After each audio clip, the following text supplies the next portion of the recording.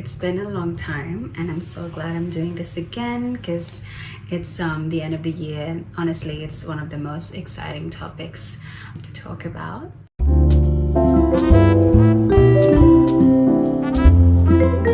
It's one of my most exciting topics just to reflect on this year, what we have achieved, all the challenges that we have went through. I'm actually very excited to do this video because it's about reflecting on this year. It just really makes you look forward to the next year as well. So what I'll be talking about in this video would be first the challenges, followed by the achievements, because I feel like if you talk about the challenges first, we'll appreciate the achievements even more. My personal growth and learning, self-care practices, my favorite memories, gratitude, and just what to look forward in 2024.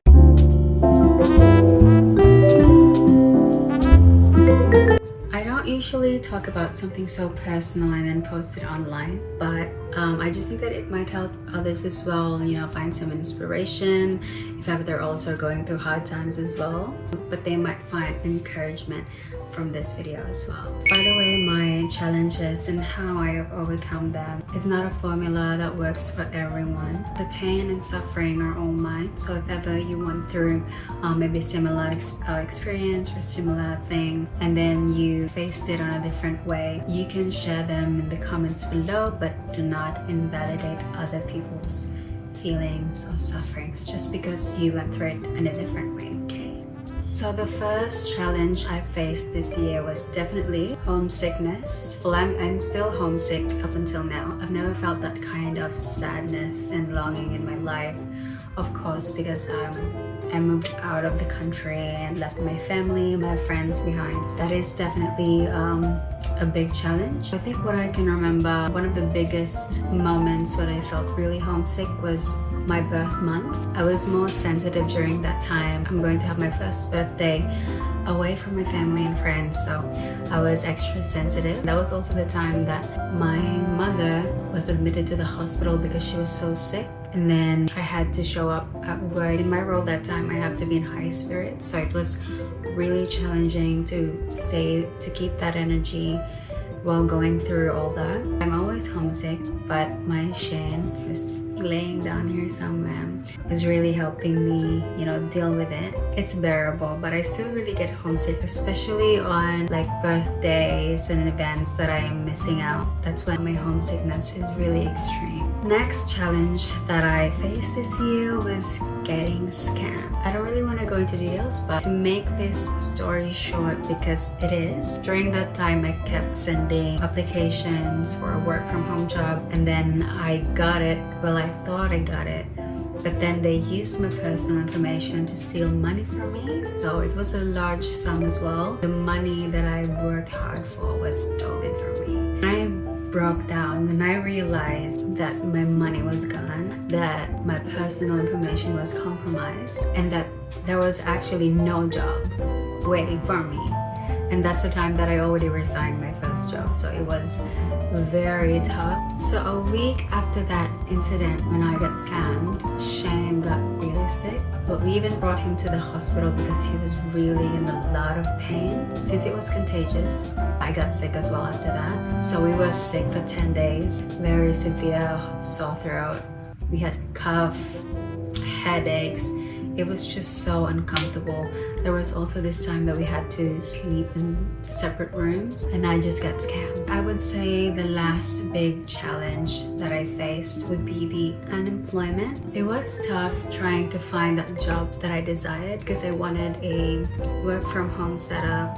I wanted it to be related to customer service because it was my passion, my forte. So after that fake job, it was a lesson learned for me to be very extra careful and cautious to where I send my personal information. I have sent applications to 10 to 15 companies just to find a job. I was unemployed for more than a month, which might sound short, but it actually felt so long because, we have bills to pay, we have responsibilities, plus we were gonna go on a trip during that time as well. So we were very worried financially. Being unemployed for over a month, it felt so long for me. Imagine me sending applications to 10 to 15 companies, of course, I would really feel that discouragement and doubts that will I ever find this kind of job that I really wanted, or do I really just have to endure, and adjust and suffer. But then God has been really gracious with me and with us. So let's now talk about my achievements for this year.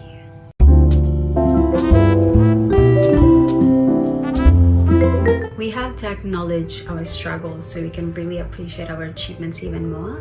With all those challenges that I faced during that time, my achievements or the victories I achieved after those challenges made it even more sweeter. Camille shared this Bible verse to me, Romans 8:18. So of course the first one would be our visa being approved. So in less than 5 months since we launched our visa application, I got approved to move or to fly to Australia. There was a lot of paperwork to be done, but it was all worth it. I specifically remembered praying to God, please, I will give you until February to approve my visa application, just until February, please. And then God listened, and my visa really got approved in February 28th, the last day of February. The next one would be getting hired in my first job. I got hired by this company that was my target company at that time, which is so good because I really got it. It was also such a great opportunity for me to put myself out there and meet new friends. But then I had to leave because it wasn't really the best role for me at that time. So since mid-2023, I started posting more videos or consistent videos on YouTube. My subscribers went up to, so in percentage, it went up 2,644% based on YouTube's videos, because I rarely post in 2022 or even the years before that. I rarely post. To me, that's a big achievement already. The next one, during the time that I was unemployed for more than a month, after our trip in Canberra, I got 6 interview appointments from different companies. And I think it was really meant to be for me to be unemployed for 1 month, because there's this one whole week that we'll be in Canberra, so I can't be like starting to work and then having to file a leave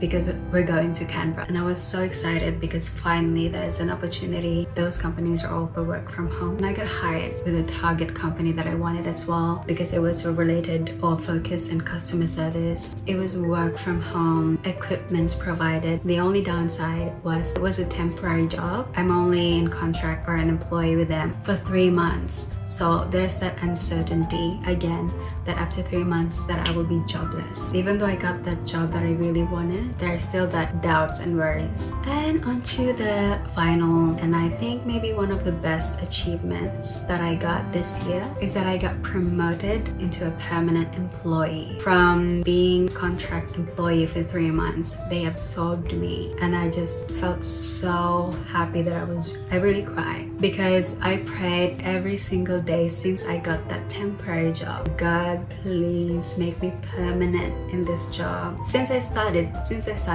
every single night I prayed, please let me be permanent in this job, because I really love it. I love the work from home setup, I love the role, I love the company, I love the freedom that I get from it, and the pay was really good. And then God, of course, answered my prayer, listened to me. But of course, aside from prayer, you have to pair it with actions as well.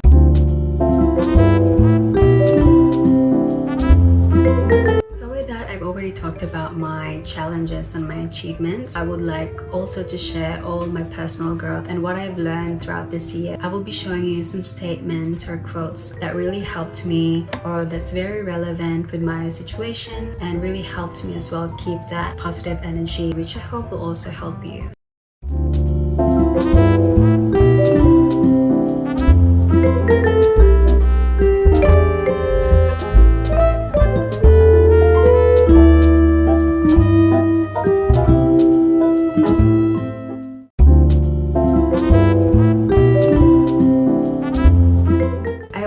Talk about my self-care practices that I've been doing this year. I'll start with the emotional self-care practices. God really is the main reason why I can get through anything. I talk to him anytime I want. I really have that faith that he's really listening to me and really granting my prayers as well, or even just like listening to me is enough. Shane also played a big role as well in keeping my emotional and mental health in check. Emotionally, he gives me affection and support that I really needed so much. Yeah, I just really want to make sure that I really express all my feelings with him, because he doesn't just listen, he also responds, and he also pay attention, and he always put me first. Mental, I just really keep myself productive. I keep distracting myself with something that's good for me. I read self-help books, listen to podcasts that really interest me, watch shows, watch videos, really keep myself entertained as well through going out with Shane, new experiences, traveling, quality time with Shane, staying organized, and cleaning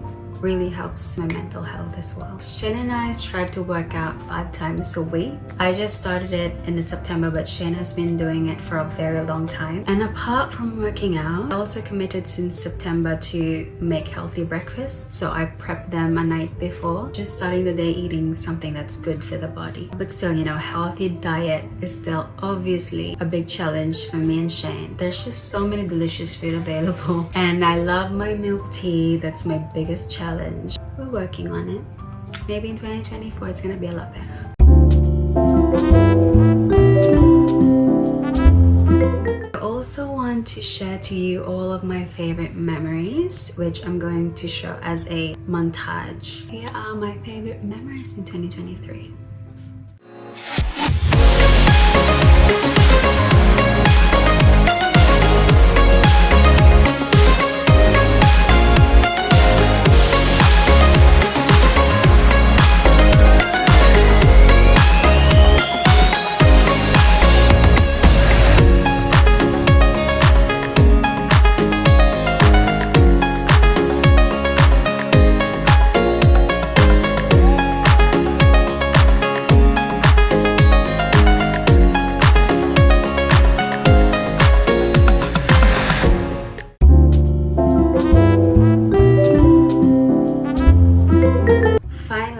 I want to talk about gratitude. I want to say thanks to all the people that really helped me survive this year. Of course, I want to thank God for guidance, protection, and wisdom. Without him, I don't think I'll really be surviving anything at all. So thank you, God. My husband, Shane, who's right here, into the frame.